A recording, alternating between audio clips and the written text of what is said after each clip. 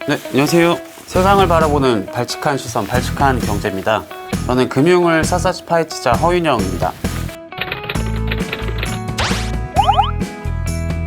오늘 말씀드릴 주제는 요즘에 가장 핫한 은행이죠. 바로 토스뱅크. 토스뱅크가 출범한 지 한 6개월이 좀 안 됐는데 상당한 돌풍을 일으키고 있습니다. 그래서 사실 토스뱅크가 처음 출범을 했던 시기가 어떤 시기였냐면은 가계대출 규제가 워낙 강도 높게 진행이 되고 있어가지고 사실 출범을 하자마자 대출을 막 못 내주고 그러다 보니까 막 적자만 늘어나고 조금 그런 상황에 있었는데 그게 이제 올해 연초에 풀리면서 이제 본격적으로 영업을 시작했고 막 은행권에 엄청난 파급력을 일으키고 있습니다. 그래서 파급력을 일으키는데 일각에서는 토스뱅크의 전략이 조금 지속 가능하기가 어려울 것이다. 카카오뱅크나 K뱅크보다 더 난이도가 높은 수익성이나 건전성 관리가 요구되고 있다. 이런 말들이 많이 나오고 있거든요. 그래서 오늘 그런 부분을 한번 좀 짚어보기로 하겠습니다. 첫 번째, 잘 아시겠지만 토스뱅크가 사실 앞서 카카오뱅크나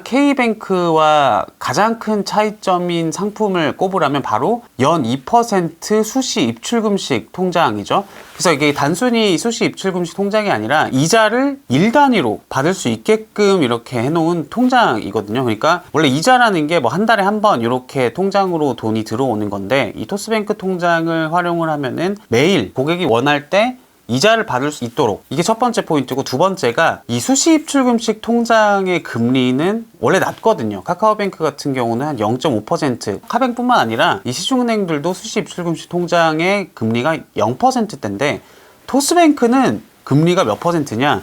2%입니다. 어마어마하죠. 그러니까 단순 비교했을 때 카카오뱅크 입출금식 통장에 보다 이자를 4배 더 많이 준다는 거거든요. 그래서 이게 얼마나 파급력이 있냐면은 5대 은행, 소위 말하는 이 큰 은행들의 요구불 예금이 감소세로 돌아섰거든요. 근데 이 원인이 뭐냐? 요즘 누가 정기예금이나 적금에 들어요. 그래서 사실 요구불 예금이 코로나19가 터진 이후에 금리가 제로 금리가 되면서 은행권의 요구불 예금이 꾸준히 증가를 하고 있었는데 최근 2개월 연속으로 시중은행의 요구불 예금 잔액이 줄어들기 시작했습니다.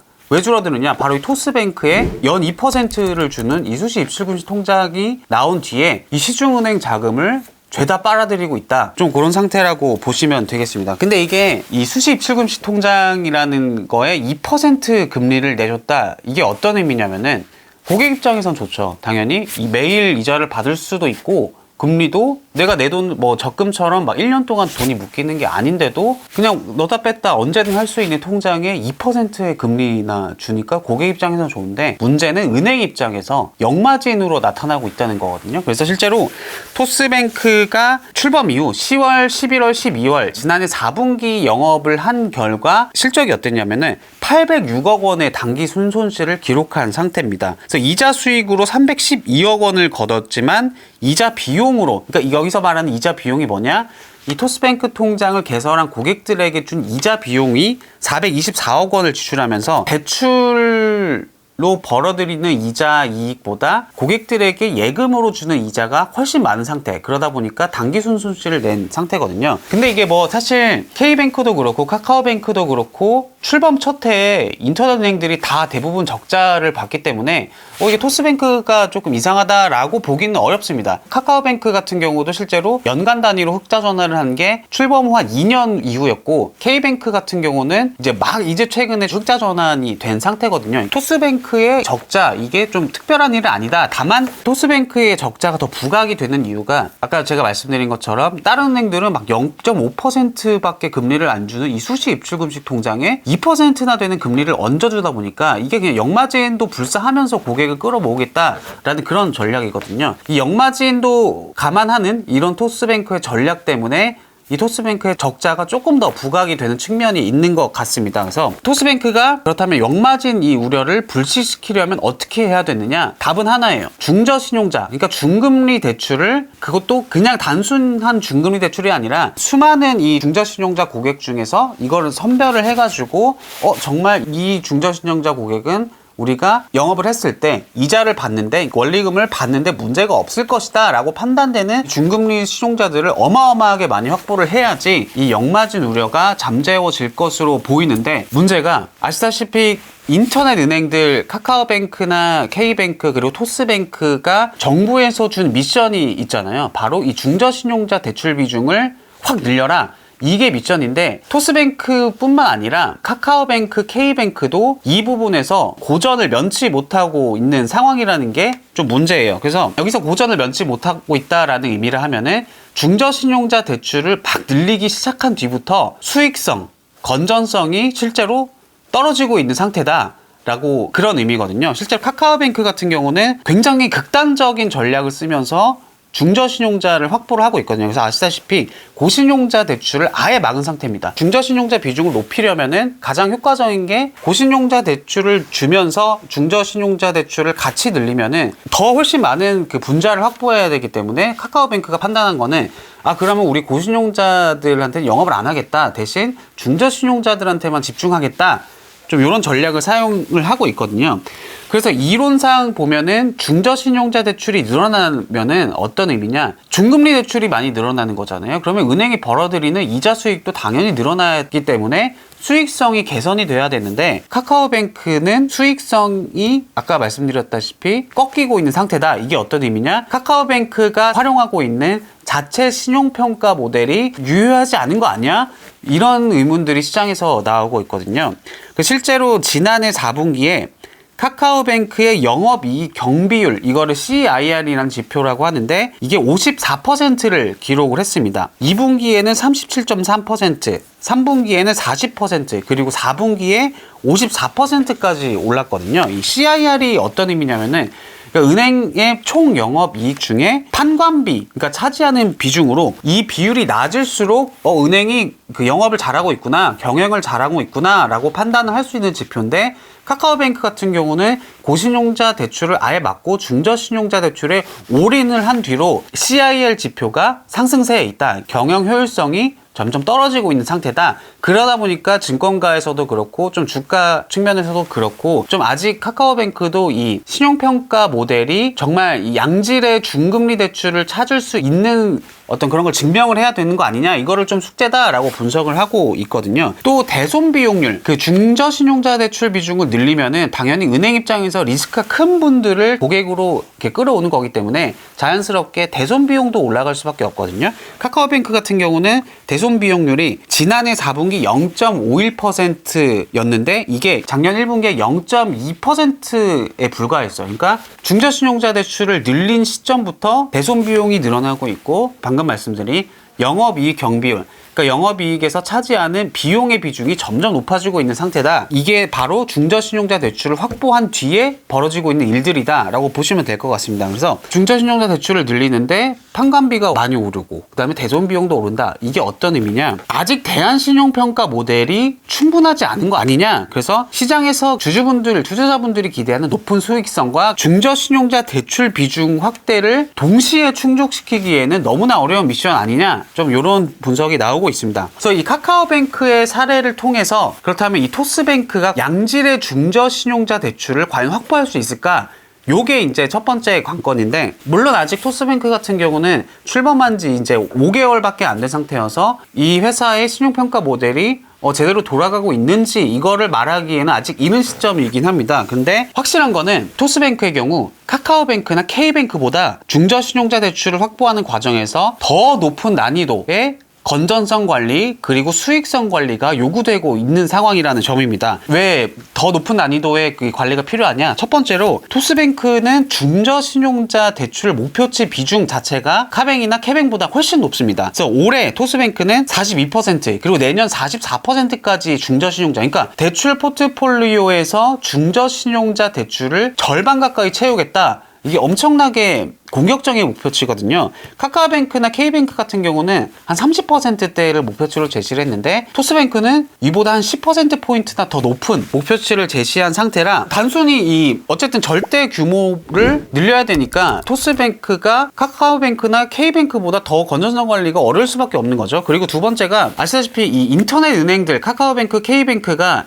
출범하고 나서 가장 많이 비판을 받았던 게 뭐냐, 제1금융권과 제2금융권 사이에 있는 신파일러, 그러니까 요 사이에 있는 중저신용자를 위해서 정부에서 이거 인가를 내줬는데 정작 영업을 시작하고 보니까 고신용자 대출 영업에만 집중을 하고 있었잖아요. 그러다 보니까 정부에서도 작년에 목표치를 구체적으로 제시를 한 상태인데 카카오뱅크나 K뱅크 같은 경우는 현재 고객들 중에서 이미 출범 이후에 고신용자 고객들을 많이 확보를 해둔 상태에서 중저신용자 비중을 늘리고 있는 상황이잖아요. 근데 고신용자 고객이 많다, 이게 은행 입장에서 어떤 의미냐면은 그만큼 건전성을 관리하는 데 있어서 안전판을 해주는 고객들이 많다라는 뜻이거든요. 그런데 토스뱅크 같은 경우는 고신용자 고객을 대상으로 영업을 제대로 하지 않고도, 그러니까 출범하자마자 카카오뱅크나 K뱅크보다 더 공격적인 중저신용자 고객을 확보를 하고 있는 상황입니다. 이게 다시 말해서 건전성 관리에 안전판 역할을 할 수 있는 고신용자가 없는 상태다 보니 훨씬 더 건전성 관리가 어려울 수도 있다,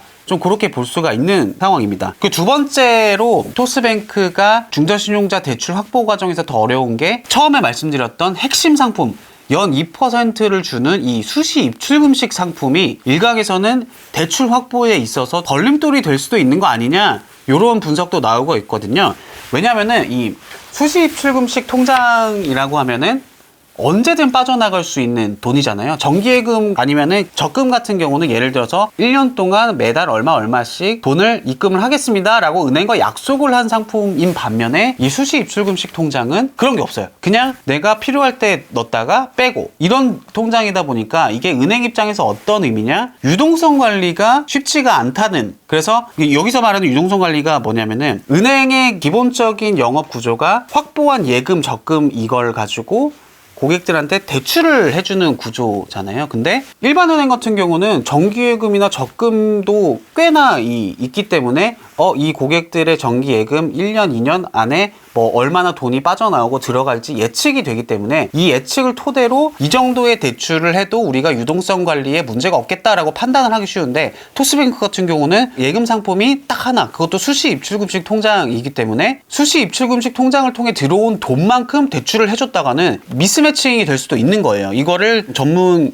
용어로 듀레이션, 자산과 부채의 듀레이션 차이라고 하는데 이거를 관리하기가 카카오뱅크나 K뱅크보다 훨씬 어렵다. 카카오뱅크 같은 경우는 작년 말 기준으로 수시 입출금식 통장의 비중이 한 50% 정도 되거든요. 근데 토스뱅크는 100%예요. 그래서 카카오뱅크가 고신용자 고객을 확보해 둔 데다가 수신 상품도 예적금을 비롯해서 다양한 상품을 통해서 이 돈을 예금을 유치를 하기 때문에 대출 관리가 상대적으로 쉬운 반면 토스뱅크 같은 경우는 예적금 상품이 아예 없고 수시 입출금식 상품 통장 딱 하나를 가지고 그 다음에 여기다가 2%나 되는 엄청난 금리를 얹은 상태에서 대출 영업을 해야 되다 보니까 아무래도 K뱅크나 카카오뱅크보다는 건전성 관리뿐만 아니라 유동성 관리까지도 토스뱅크는 더 만만치 않은 상태다라고 이해를 하시면 될 것 같습니다. 그래서 일단 이 토스뱅크 같은 경우는 그 정리를 해보면은 출범 초기에 어마어마한 초기 고객을 확보하는 데는 분명히 성공적이었던 것 같아요. 그래서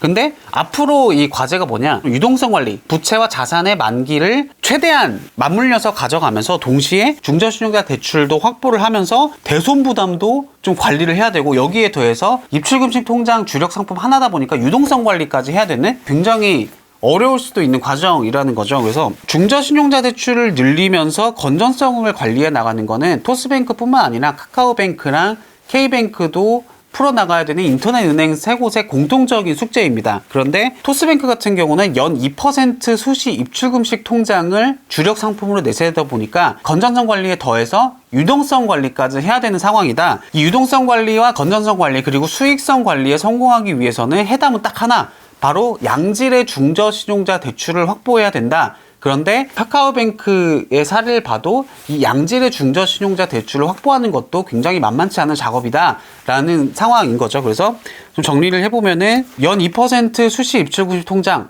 출범 초에 어마어마한 히트를 치면서 은행권의 화두가 됐습니다. 하지만 정말 히트를 친 상품이 만약에 중저신용자 대출 확보를 하는 과정에서 토스뱅크가 건전성 관리나 수익성 관리에 실패를 한다면은 주력 상품으로 내어졌던 이 연 2% 통장이 자칫 역품이 될 수도 있지 않나 좀 우려가 나오고 있어서 앞으로 토스뱅크가 올해 영업을 막 적극적으로 할 텐데, 특히나 이 새 정부 들어서서 대출 규제가 조금 완화가 될 가능성이 큰 상태잖아요. 그래서 인터넷 은행들도 좀 적극적으로 대출을 늘릴 텐데, 이 토스뱅크 같은 경우는 대출 규모의 절대적인 증가율보다는 건전성 지표는 어떻고 수익성 지표는 어떤지, 그리고 혹시나 이 연 2% 수시 입출금식 통장 이것 때문에 유동성 관리에 부담을 느껴서 대출 자산이 좀 적극적으로 늘어나지 않고 있는다라든지 좀 이런 포인트들을 한번 보시는 게 좀 올해 인터넷 은행의 좀 주요 포인트가 아닐까 그렇게 생각하고 있습니다. 네, 오늘 준비한 얘기는 여기까지고, 좀 혼자 금사파를 진행을 해봤는데 앞으로 좀 더 노력을 해서 혼자 진행을 했을 때도 좀 더 원활하게 할 수 있도록 노력을 하겠습니다. 네, 감사합니다.